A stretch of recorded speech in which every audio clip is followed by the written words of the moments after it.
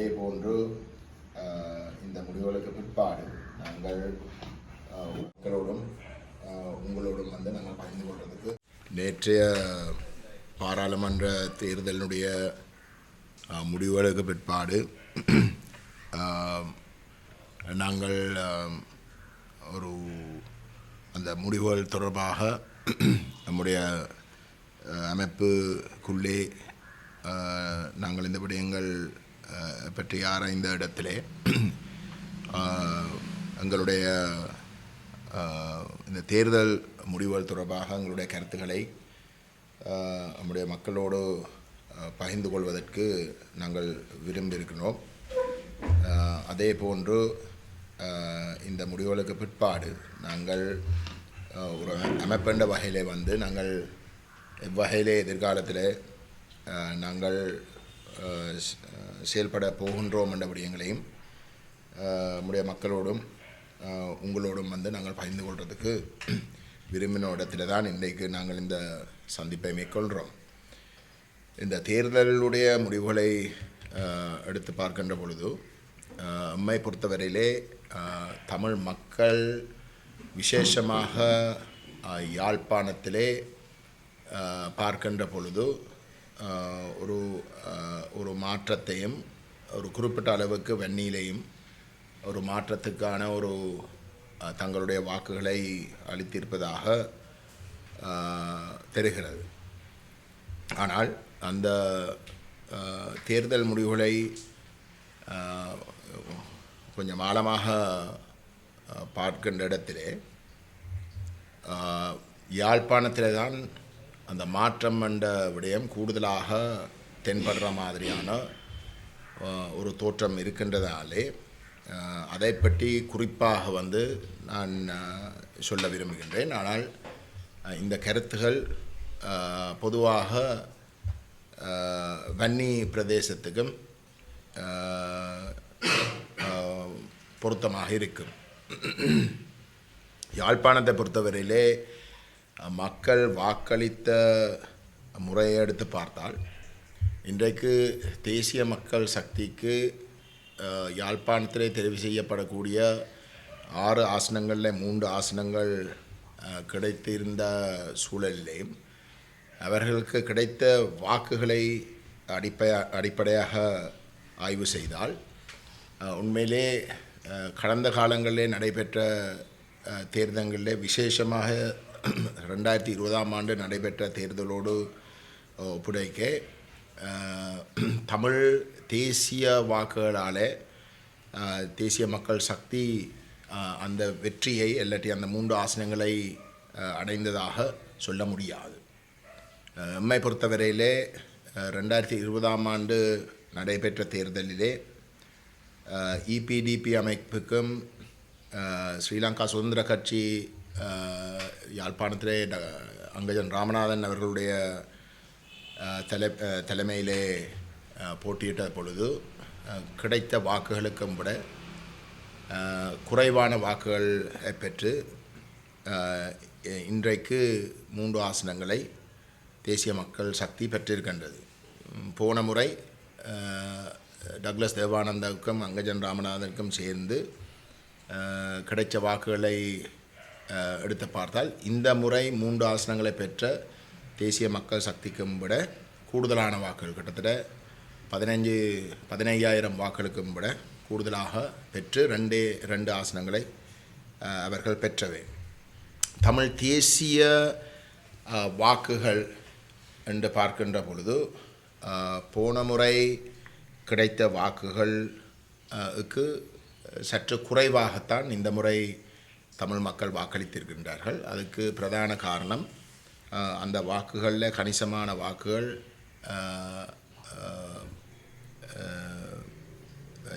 நிராகரிக்கப்பட்ட வாக்குகளாகவும் காணக்கூடியதாக இருக்குது. 2வது அந்த வாக்குகள் பல தரப்புகள் மட்டத்தில் விசேஷமாக பல கட்சிகள் இருந்து பிரிஞ்சு சுயேட்சை குழுக்களாகவும் வேறு அணிகள் உருவாக்கப்பட்டு இந்த முறை தமிழ் தேசியம் என்ற கோட்பாடு ரீதியாக பேசின தரப்புகள் பல தரப்புகள் மட்டத்தில் வந்து அந்த வாக்கு பிரிஞ்சதால் அந்த முடிவுகள் இன்றைக்கு ஒன்றொன்றாக வந்து பிரிஞ்சு காணக்கூடியதாக இருக்கின்றது.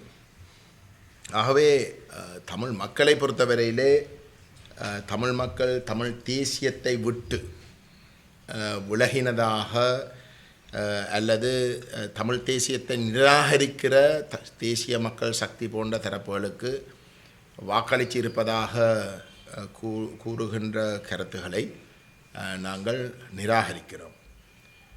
ஆனால் இதிலே தமிழ் தேசிய மக்கள் முன்னணியை பொறுத்தவரையிலே நான் இலங்கை தமிழரசு கட்சியை பற்றியோ மற்றவர்களை பற்றியோ சொல்கிறதுக்கும் விட தமிழ் தேசிய மக்கள் முன்னணியை பொறுத்தவரையிலே இந்த தேர்தல் விசேஷமாக யாழ்ப்பாணத்தில் வந்து ஒரு அதிர்ச்சியை ஏற்படுத்தியிருக்கின்றது. ஏனென்றால் எமக்கும் ஏனையோர்கள் தமிழ் தேசியம் சார்ந்த அடையாளப்படுத்துகின்ற ஏனையோர்களுக்கு அந்த ஒவ்வொரு கட்சியும் எடுத்து பார்த்தால் அவர்களுக்கு கிடைத்த பின்னடைவை போல தமிழ் தேசிய மக்கள் முன்னணிக்கும் தன்னுடைய வாக்கு வங்கியில் இருந்து ஒரு கணிசமான வாக்கு குறைஞ்சிருக்கின்றது. அதுதான் எங்களுக்கு ஒரு அதிர்ச்சியாக இருந்தது. ஏனென்றால் எம்மை பொறுத்தவரையிலே கடந்த 5 வருடங்களிலே எம்மீது முன்வைக்கப்பட்ட குற்றச்சாட்டுகள் வந்து பிரதானமாக நாங்கள் மற்ற தரப்புகளோடு சேராமல் செயல்பட்டதை தவிர அணுகுமுறை சார்ந்த குற்றச்சாட்டுகளை தவிர கொள்கை ரீதியான எந்த விதமான குற்றச்சாட்டுகளும் நமக்கு எதிராக முன்வைச்சதாக இல்லை. ரெண்டாவது, நாங்கள் இறுக்கம் என்றொரு நிலைப்பாட்டைத்தான் கூடுதலாக மீது அந்த விமர்சனங்களாக இருந்தது. ஆனால் எங்களுடைய செயல்பாட்டு ரீதியாக எங்களுடைய உறுப்பினர்களுடைய பங்களிப்பு, மக்கள் பாதிக்கப்படுகின்ற இடத்துல வந்து அவர்கள் அந்த மக்கள் வீதியில் இறங்கி போராடுகின்ற பொழுது அதில் எங்களுடைய பங்களிப்பு, மக்கள் சிலவழில் வந்து தாங்கள் நேரடியாக பங்களிக்க முடியாத இல்லாட்டி ஈடுபட முடியாத இடங்களிலே நாங்கள் நேரடியாக அவர்களுக்காக ஈடுபட்டு அதால் வந்து நாங்கள் கணிசமாக பாதிக்கப்பட்டும் இருக்கின்றோம். அப்படியான நீண்ட பட்டியல் நாங்கள் முன்வைக்கலாம் எங்களுடைய செயல்பாட்டு ரீதியான எங்களுடைய பங்களிப்பை பற்றி. அத்தோடு மக்கள் பாதிக்கப்படுகின்ற பொழுது விசேஷமாக வந்து எங்களுடைய அணியினுடைய மனிதாபிமான உதவிகள், நிவாரண உதவிகள் போன்ற செயல்பாடுகளும், கல்வி சார்ந்த விடயங்களிலே எங்களுடைய செயல்பாடுகளும் வந்து வேறு எந்த ஒரு அமைப்போடு ஒப்பிட்டு பார்க்க முடியாது. நான் ஏன் இதை குறிப்பிடுகிறேன் என்றால், இப்படிப்பட்ட ஒரு நிலைமை இருக்கத்தக்கதாக மீது நேரடியான விமர்சனங்கள் மிகவும் குறைவாக இருக்கின்ற ஒரு நிலையிலேயும் தமிழ் தேசிய மக்கள் முன்னணியுடைய வாக்கு வங்கியில் இருந்து ஒரு சரிவு ஏற்பட்டிருப்பதாக இருந்தால் அது நாங்கள் அதை பற்றி மிக ஆழமாக நிச்சயமாக வந்து பார்க்க வேண்டும். அந்த ஆய்வை நாங்கள் எதிர்காலத்திலே ஆழமாக நாங்கள் செய்வோம். செய்து எங்களுடைய பக்கத்திலே இருக்கக்கூடிய அந்த குறைபாடுகளை நாங்கள் நிவர்த்தி செய்வதற்கு உறுதியான நடவடிக்கைகளை நாங்கள் எதிர்காலத்தில் நிச்சயமாக செய்வோம் என்ற விடயத்தை நாங்கள் எங்களுடைய மக்களிடம் சொல்ல விரும்புகின்றோம். அந்த அடிப்படையிலே எங்கள் சார்ந்த நம்முடைய கடந்த காலங்களிலே நமக்கு வாக்களித்து இந்த முறை நமக்கு வாக்களிக்கிறதை தவிர்த்த இல்லாட்டி வேறு தரப்புகளுக்கு வாக்களித்தவர்கள் அவர்கள் விரும்பினால் நமக்கு நேரடியாக நம்மோடு தொடர்பு கொண்டு தங்களுடைய நிலைப்பாடுகளை வந்து சொல்வதை நாங்கள் கூடுதலாக விரும்புகிறோம். அப்படிப்பட்ட செயல்பாடுகளை நாங்கள் வரவேற்போம். தமிழ் தேசிய மக்கள் முன்னணியை பொறுத்தவரையிலே நாங்கள் அந்த வாக்கு வங்கியினுடைய குறைவை எந்த கோணத்தில் பார்க்குறோம் என்றால், நாங்கள் செயல்பாட்டு ரீதியாக மக்களுடைய பிரச்சனைகள் இருக்கின்ற பொழுது அந்த இடங்களிலே வந்து நாங்கள் முழுமையாக அந்த மக்களோடு தோளுக்கு தோள் நின்று நாங்கள் போராடி வகையான வந்து செயல்பாட்டு அரசியலில் வந்து ஈடுபட்டிருந்தாலும் கூட நாங்கள் மக்கள் மட்டத்தில் வந்து அரசியலை கொண்டு போய் இன்றைக்கு இருக்கக்கூடிய தமிழ் தேசிய அரசியலுடைய முக்கியத்துவம், சமகால அரசியலுக்கு இருக்கக்கூடிய சவால்கள், தமிழ் தேசிய அரசியலுக்கு இருக்கக்கூடிய சவால்கள், எந்த வகையில் நாங்கள் இந்த அரசியலை அணுக வேண்டும் என்ற விடயங்களை நாங்கள் சரியான வகையில் செய்து செய்யவில்லை என்ற அந்த குறையை நாங்கள் ஏற்றுக்கொள்கின்றோம். எம்மை பொறுத்தவரையிலே அந்த அரசியலை மக்கள்கிட்ட கொண்டு போகிற, மக்களை அரசியல் மயமாக்குற வேலை திட்டத்திலே கணிசமான ஒரு ஒரு என்ன சொல்கிறார், கணிசமான ஒரு வெற்றிடம் உண்டு எங்களுடைய பக்கத்திலிருந்து ஏற்படுத்தப்பட்டிருக்கின்றது. ஏனென்றால் தமிழ் தேசிய அரசியல் மீது மக்களுக்கு இயல்பாகவே அந்த தமிழ் தேசிய அரசியலை தலைமை வகித்த தரப்புகளுடைய செயல்பாட்டால் கணிசமான விமர்சனங்கள் இருந்தன்ற எல்லோருக்கும் தெரிஞ்ச விடயம். அது கோட்பாட்டு ரீதியாக அவர்களுடைய கொள்கையிலே விமர்சனங்கள் இருந்தால், அதுக்கு மேலாக அந்த அமைப்புகளுக்குள்ளே இருக்கக்கூடிய பிரச்சனைகளாலேயும் கணிசமான விமர்சனங்கள் இருந்த இடத்துல அந்த அதிருப்தி ஒரு ஒரு வெறுப்பை நோக்கி போகின்ற பொழுது அது ஒரு கடுமையான முடிவுகளை எடுக்கக்கூடிய ஒரு சந்தர்ப்பங்களையும் கூட்டித்தான் வைக்கும். ஆகவே அதை வெற்றிடமாக மாற்றாமல் நாங்கள் அதை ஏதோ ஒரு வகையில் அந்த மக்களை கேப்சர் பண்ணி நாங்கள் ஒரு சரியான பாதைக்குள்ளே கொண்டு போகிறதுக்குரிய அரசியலை நாங்கள் தான் செய்திருக்கோம். அதை நாங்கள் செய்திருப்பது போதாது, இல்லாட்டி நாங்கள் அதில் தவறுகளை செய்திருக்கிறோம் என்றது தான் எங்களுடைய இப்போதைய நாங்கள் இந்த விடயங்கள் சம்பந்தமாக ஆராய்ந்த பொழுது நம்முடைய மனதுக்கு வருகின்ற விடயமாக இருக்கின்றது. அதை நிச்சயமாக நாங்கள் எதிர்காலத்தில் நிவர்த்தி செய்வோம்.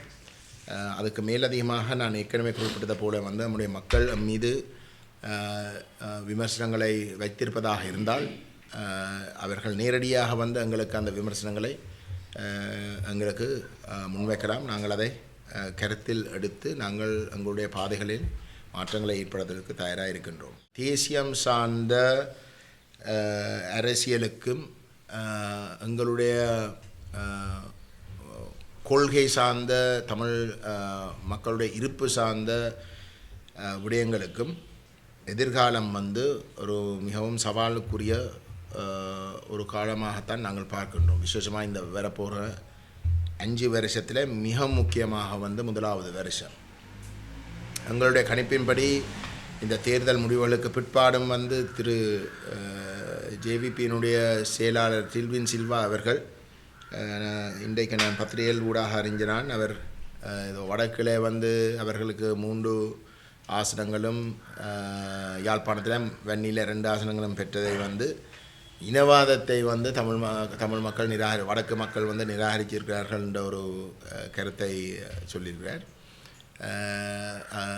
அந்த கருத்திலேயே தமிழ் மக்களுக்கு இருக்கக்கூடிய ஆபத்துகள் மிக தெளிவாக அம்பலமாகின்றது.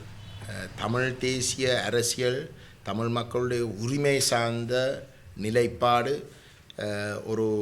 ஒரு சட்டத்தின் அடிப்படையிலேயும் நீதியின் அடிப்படையிலேயும் கடந்த 75 வருஷங்களுக்கு மேலாக மிகவும் அமைதியான முறைமையிலே தமிழ் மக்கள் அதை முன்வச்சிருக்கின்ற ஒரு இடத்துல மிகவும் நீதியான வகையில் அந்த நிலைப்பாட்டுக்கு ஜனநாயக ரீதியாக தொடர்ச்சியாக ஒரு ஆணையை வழங்கி வந்திருக்கின்ற ஒரு நிலையிலே அந்த ஆணையை கொச்சைப்படுத்துகின்ற வகையிலே அது இனவாதம் என்று சொல்லி உண்மையிலே தமிழ் மக்களுடைய தேசிய நிலைப்பாடு சிங்கள பௌத்த பேரினவாதத்துக்கும் இனவாதத்துக்கும் எதிராக தலை தூக்கின ஒரு நிலைப்பாட்டை தவிர தமிழ் மக்கள் சிங்கள மக்களோடு எந்த இடத்திலையும் வாழ முடியாது, இல்லாட்டி அவர்களை நாங்கள் நிராகரிக்கிற வகையில் செயல்பட்டதாக இல்லை. ஆகவே அந்த தமிழ் தேசிய நிலைப்பாட்டை ஒரு இனவாதமாக கொச்சைப்படுத்தி இன்றைக்கு வெறுமனே இந்த இருக்கிற தேர்தல் மூலமேலே இருக்கக்கூடிய ஒரு சில விதிமுறைகளாலே அவர்கள் இந்த முறை எண்ணிக்கையில் கொஞ்சம் கூடுதலான ஆசனங்களை பெற்றிருப்பதை வச்சுக்கொண்டு ஒட்டுமொத்த தமிழ் தேசிய நிலைப்பாட்டையே நிராகரிக்கிறதுக்கென்று சொல்லுகின்ற கருத்துகள் எந்தளவு தூரத்துக்கு தமிழ் தேசிய அரசியலுக்கு ஒரு கேள்வியை உட்படுத்த போகின்றது என்று எங்களோட மக்கள் உணர வேண்டும். என்னடா அது மிக முக்கியம். அந்த வகையில் தான் நாங்கள் இந்த தேர்தல் காலத்திலேயும் நாங்கள் எங்களுடைய மக்களுக்கு தொடர்ச்சியாக சொன்ன விடயம், இந்த அரசாங்கம் தேசிய மக்கள் சக்தி அரசாங்கம் தேர்தல் முடிஞ்ச கையோடு ஒரு ஏக்கிய ராஜ்ய ஒற்றையாட்சி இடைக்கால அறிக்கை 2015 19 வரைக்கும் தயாரிக்கப்பட்ட ஒரு நிலையிலே அதை பாராளுமன்றத்தில் நிறைவேற்றுவதற்கு நடவடிக்கை எடுப்பினோம். நாங்கள் உண்மையிலே வந்து போட்ட கணக்கு தேசிய மக்கள் சக்திக்கு வடகிழக்கிலே ஆசனங்கள் எதுவும் கிடைக்காது, இல்லாட்டி கிடைச்சாலும் வந்து அது வெறுமனே 1 இல்லாட்டி 2 ஆசனங்களாக மட்டும்தான் அமையும். அப்படிப்பட்ட ஒரு சூழலில் தமிழ் தேசிய நிலப்பாட்டோடு இருக்கக்கூடிய தரப்புகள், விசேஷமாக தமிழ் தேசிய மக்கள் முன்னணி ஒரு அறுதி பெரும்பான்மை பெறுகின்ற இடத்திலே நாங்கள் அந்த ஒற்றையாட்சிக்குரிய ஐக்கிய ராஜ்ய இடைக்கால அறிக்கையை நிராகரித்து எங்களுடைய மக்களுடைய ஆணையை காட்டி நாங்கள் ஒரு சரியான தமிழ் மக்கள் ஏற்றுக்கொள்ள, தமிழ் மக்களுடைய அரசியல் அபிலாஷைகள் பூர்த்தி செய்யக்கூடிய ஒரு அரசியலமைப்புக்கு கடுமையான அழுத்தங்களை கொடுப்போம் என்ற கருத்தைத்தான் நாங்கள் சொல்லியிருந்தோம். எதிர்காலத்தில் வந்து தமிழ் தேசிய மக்கள் முன்னணிக்கு அந்த ஆணை வழங்காவிட்டாலும் தமிழ் மக்களுக்கு வாக்குகள் விழுந்த முறைமையை எடுத்து பார்த்தால் தமிழ் மக்கள் தொடர்ந்தும் தமிழ் தேசியத்தோடு உறுதியாகத்தான் இருந்திருக்கிறார்கள். அவர்கள் எந்த ஒரு இடத்திலையும் வந்து அந்த நிலைப்பாட்டில் இருந்து விலகவில்லை என்றது நிரூபிக்கப்பட்டிருக்கின்ற ஒரு சூழலிலே அந்த தேசிய மக்கள் சக்தி கொண்டு வர விரும்புகின்ற ஒற்றையாட்சிக்குரிய ஐக்கிய ராஜ்ய அரசியலமைப்பை எதிர்த்து நாங்கள் ஒரு அழுத்தங்களை ஏற்படுத்தி தேசிய மக்கள் சக்தியை தமிழ் மக்களுடைய தமிழ் தேசிய நிலைப்பாட்டை அங்கீகரிக்கின்ற, தமிழ் தேசம் அங்கீகரிக்கின்ற, தமிழ் தேசத்துடைய சுயநிர்ணய உரிமையின் அடிப்படையிலே உருவாக்கப்படுகின்ற ஒரு சமஷ்டி தீர்வை எட்டுவதற்கான ஒரு ஜனநாயக ரீதியான போராட்டங்களாக இருக்கலாம், அழுத்தங்களை கொடுக்கறதுக்குரிய பல தளங்களாக இருக்கலாம். அது அனைத்தையும் உருவாக்குவதற்கு நாங்கள் செயல்பாடுகளை முன்னெடுக்க இருக்கின்றோம்.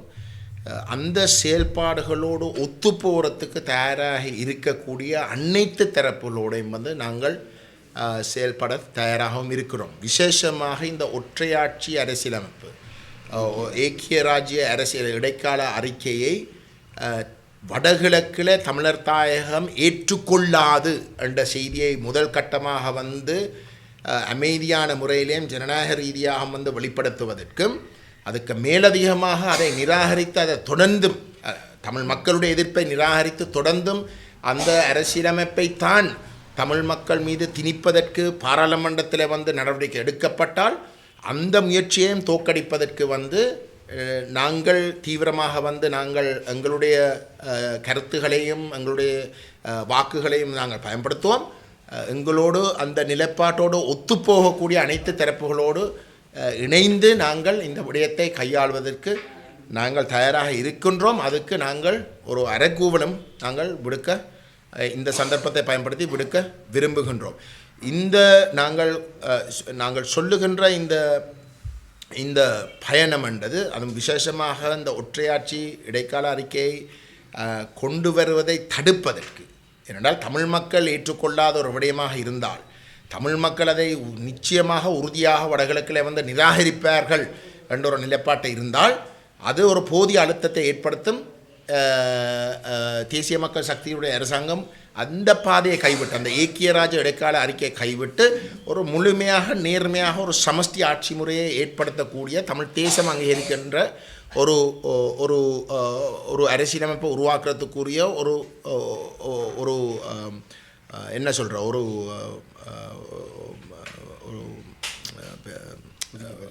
புதிய மேடை ஒன்றை உருவாக்கும் அந்த நம்பிக்கை நமக்கு இருக்கு. ஏனென்றால் இன்றைக்கு இலங்கை அரசு சர்வதேச மட்டத்திலேயும் பொருளாதார ரீதியாக ஏதோ ஒரு வகையில் இந்த நாட்டை கட்டியெழுப்பதாக இருந்தால் சர்வதேச சமூகத்துடைய ஒத்துழைப்போடு அதை கடைசி வரைக்கும் செய்ய முடியாது. சர்வதேச சமூகத்துடைய ஒத்துழைப்பாக இருந்தால் வந்து சர்வதேச சமூகத்துடைய பொருளாதார ரீதியான உதவிகள் ஸ்ரீலங்காவுடைய இனப்பிரச்சனை தீர்க்கப்பட்ட ஒரு ஸ்திரத்தன்மை ஒன்றை உறுதிப்படுத்தக்கூடிய ஒரு சூழலில் மட்டும்தான் அது போதிய அளவாக கொடுபட போகுது அந்த பொருளாதார உதவிகள். அவை அந்த சந்தர்ப்பங்களை பயன்படுத்தி நாங்கள் அந்த அழுத்தங்களை சரியான வகையில் வந்து கொடுப்பதற்கு ஏனையவர்களோடு தமிழ் தேசியத்தோடு தாங்கள் பயணிக்கிறதாக சொல்லக்கூடிய ஏனைய தரப்புகளோடும் விசேஷமாக தமிழ் சிவில் சமூக செயல்பாட்டாளர்கள் தலைவர்கள் மத தலைவர்களோடும் நாங்கள் இந்த விடயத்தை கையாளுவதற்கு தயாராக இருக்கின்றோம். அவர் கூறுகின்ற அந்த அரசாங்கம் முன்னெடுக்கின்ற செயல்பாடுகள் நாங்கள் ஏற்றுக்கொள்ளுகின்ற விடயம் அல்ல. அதை எங்களை பொறுத்தவரையிலே இன்றைக்கு அனுரகுமார திசாநாயக்கவும் தேசிய மக்கள் சக்தியும் ஒரு புதிய அரசியலமைப்பாக அவர்கள் எண்ணி இருக்கின்ற வரவு நாங்கள் முழுமையாக எதிர்க்கிற ஒரு வரவு. அப்போ அந்த வரவுக்கு எதிராக அதை நாங்கள் தடுத்து இது மக்களுடைய ஆணைக்கு முரணானது என்ற ஒரு பலமான ஒரு செய்தியை கொடுப்பதின் ஊடாக அவர்கள் ஒரு சரியான வரவை தயாரிப்பதற்கு அவர்களுடைய செயற்பாடுகளிலே மாற்றங்களை கொண்டு வருவதற்கு தான் நாங்கள் எங்களுடைய முயற்சிகளை முன்னெடுக்கப் போகின்றோம். அதுக்கு தமிழரசு கட்சியாக இருக்கலாம், ஏனைய தமிழ் கட்சிகளாக இருக்கலாம், பாராளுமன்றத்துக்கு வெளியிலே இருக்கக்கூடிய தமிழ் கட்சிகளாக இருக்கலாம், சிவில் சமூக செயல்பாட்டாளர்கள் அனைவரையும் நாங்கள் ஒன்றிணைத்து நாங்கள் அந்த விடயங்களை முன்னுக்கு கொண்டு போவதற்கு நாங்கள் தயாராக இருக்கின்றோம். இந்த பாராளுமன்ற தேர்தலிலே வாக்குவங்கிகளில் ஏற்பட்டிருக்கிற மாற்றத்திற்கு பணப்புழக்கம் ஒரு காரணமாக பார்க்கிறீர்கள். அதிகளவான பணப்புழக்கம் இந்த பாராளுமன்றத்திலே ஈடுபடுத்தப்பட்டிருக்கிறது. நிறைய சுயேட்சை குழுக்கள் பணம் கொடுக்கப்பட்டிருக்கிறது, வேட்பாளர்களுக்கு பணம் கொடுக்கப்பட்டிருப்பதாக விமர்சனங்கள் முன்வைக்கப்படுகிறது. இந்த பணப்புழக்கம் ஒரு காரணமாக இருக்கலாம். ஆனால் எங்களை பொறுத்தவரையிலே தமிழ் தேசிய அரசியலில் இருந்து மக்கள் இந்த தேர்தலில் பொதுவாக தமிழ் தேசிய அரசியலுக்கு தலைமை கொடுத்த தரப்புகளாக பார்த்த தரப்புகளுடைய செயல்பாடுகளில் மக்களுக்கு ஒரு கணிசமான விமர்சனங்கள் இருக்கின்றது உறுதி. அது பணம் கொடுத்தாலோ இல்லையோ அந்த விமர்சனம் இருக்கிறன்றது நாங்கள் இந்த தேர்தலுக்கு முதலே நன்காக அறிஞ்சு வச்சிருந்தோம்.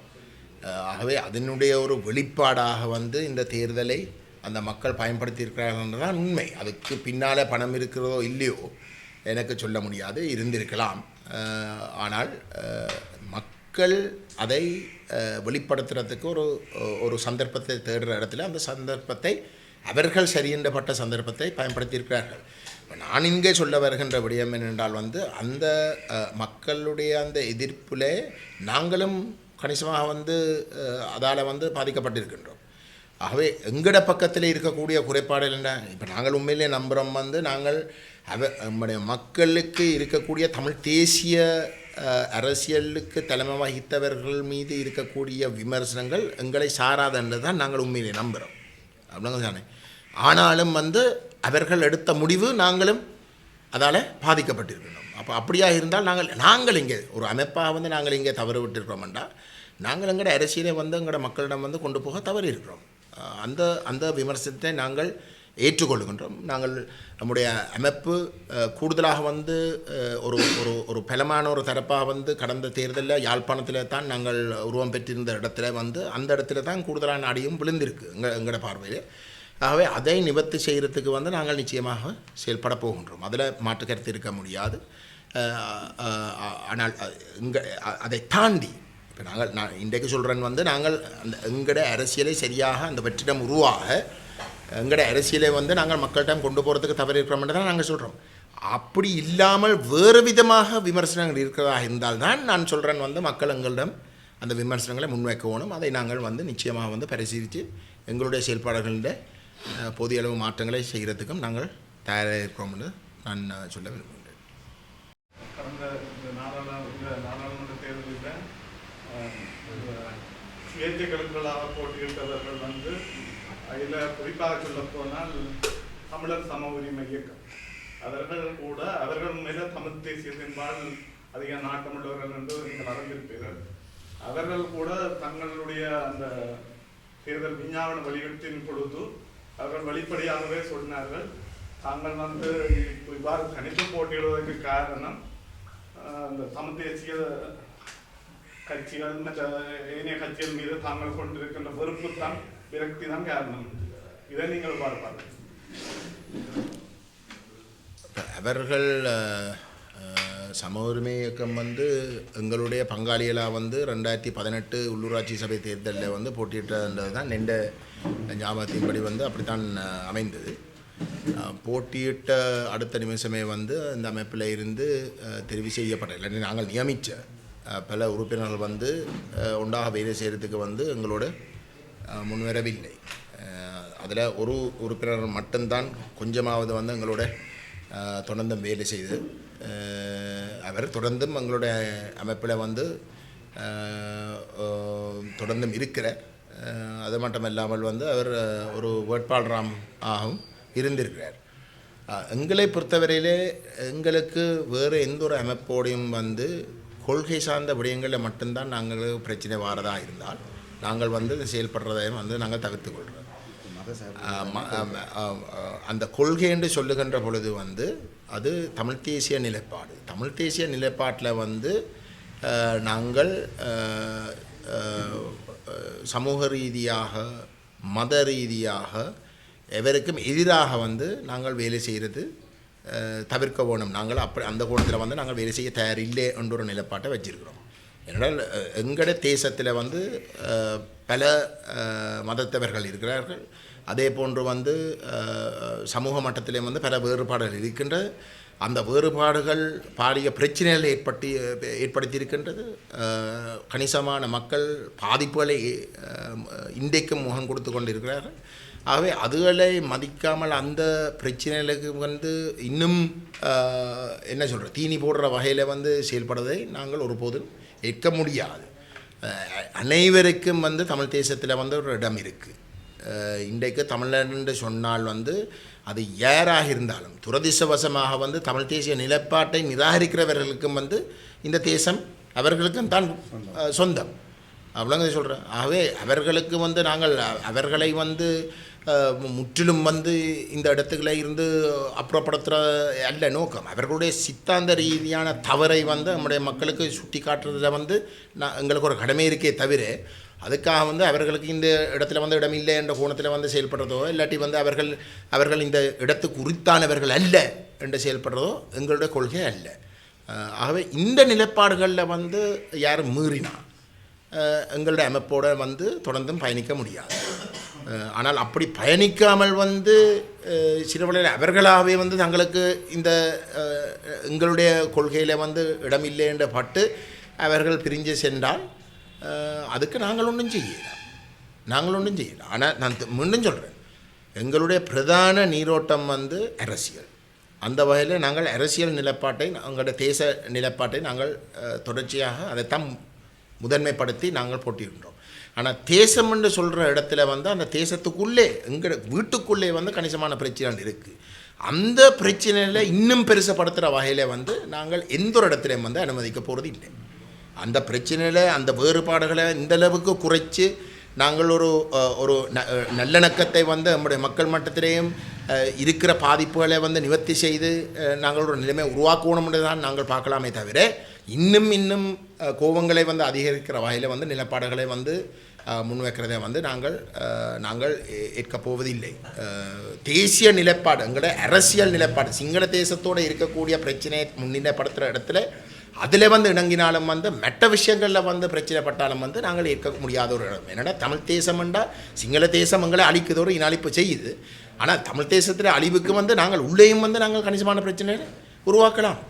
அதுவும் நாங்கள் பார்க்க வேணும். இந்த ரெண்டுலேயும் ஒத்து போகக்கூடிய வகையில் வந்து விஷயங்கள் இருந்தால் நாங்கள் அரவணைச்சு போகிறதுக்கு எங்களுக்கு எந்த விதமான தயக்கமும் கிடையாது.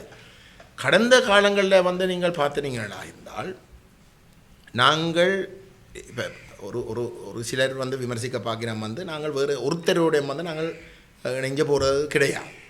இவை ஒரு தனி ஓட்டம், இவை ஆக இருக்கம் என்ற ஒரு விமர்சனம் பொதுவாக வந்து சொல்லப்படுறது. ஆனால் தமிழ் தேசிய மக்கள் முன்னே வந்து தமிழ் மக்கள் பேரவையின் ஒரு மிக முக்கியமான ஒரு பங்காளியாக இருந்தது. நாங்கள் அந்த தமிழ் மக்கள் பேரவையின் தீர்வு திட்டத்தை தயாரிக்கிறதுல வந்து பிரதான பங்காற்றினோம்.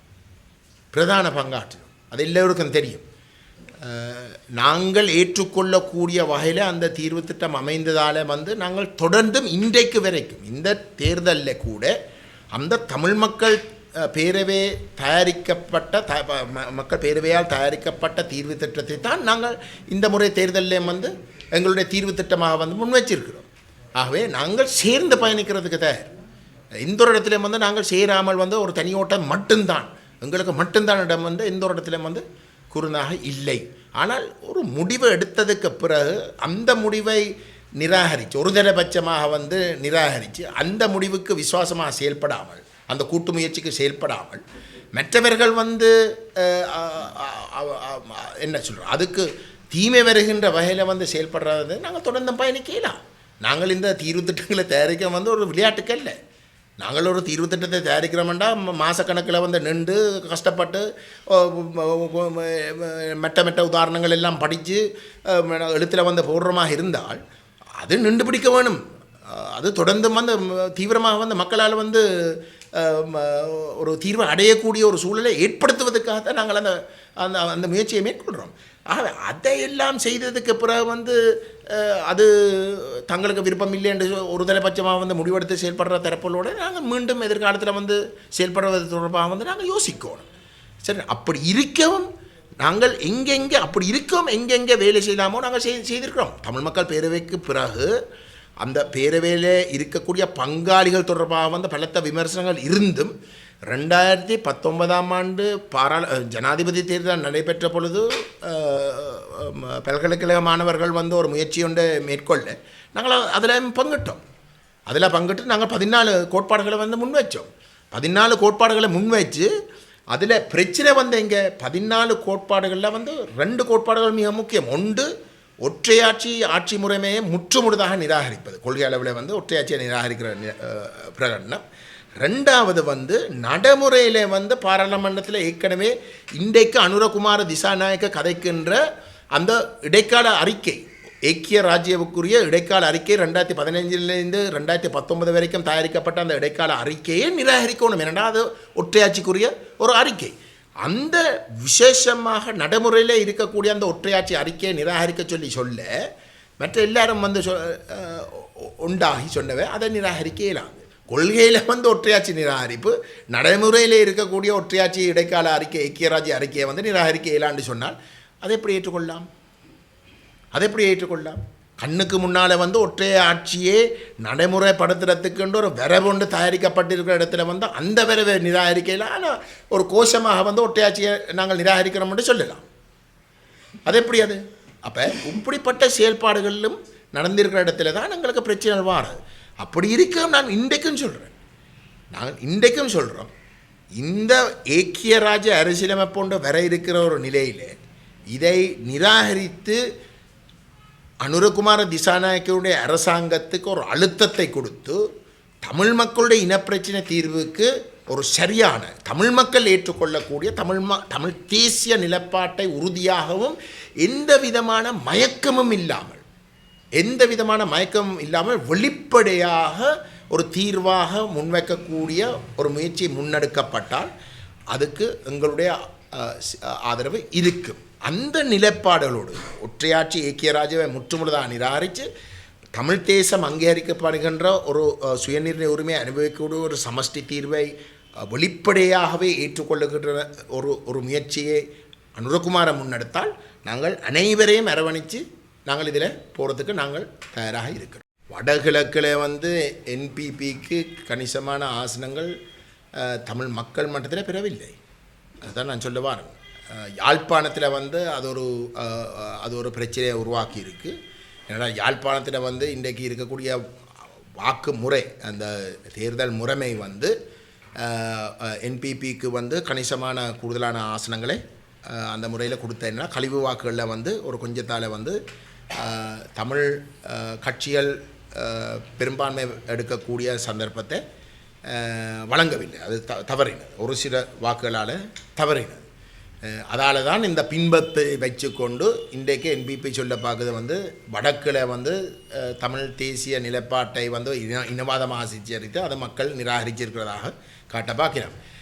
சர்வதேச சமூகம் வந்து அந்த நிலைப்பாட்டோட அந்த நிலைப்பாட்டை இந்தளவு ஒரு மேலோட்டமாக ஒரு ஆழமாக பார்க்காமல் வந்து அதை நம்புவார்கள் என்று நாங்கள் நினைக்கவில்லை. இந்த விடயங்களை தெளிவாக்குறதுக்கு மற்ற தரப்புகளோடையும் வந்து நாங்கள் சரியான வகையில் இந்த சர்வதேச சமூகத்துக்கு சொல்கிறதுக்கு நாங்கள் தயாராக இருக்கிறோம். அதில் பிரச்சனை இல்லை. பிள்ளையான தரப்பு வந்து இதை பிள்ளையாக சித்தரிப்பதை சரிப்படுத்துறதுக்கு வந்து நாங்கள் எப்பவும் தயாராக இருக்கிறோம். அது யாரோடையும் சேர்ந்து வந்து நாங்கள் அதை தெளிவுபடுத்துறதுக்கு தயாராக இருக்கிறோம். பிள்ளையான தரப்பில் கடந்த காலில் தமிழ் தேசியம் பேசி ஒரு பிள்ளையான சித்தரிப்பை கொடுக்கறதுக்கும் நாங்கள் இந்த ஒரு இடத்துல தவறுண்டா தவறாக வந்து காட்டுறதுக்கும் நாங்கள் தயங்கவில்லை.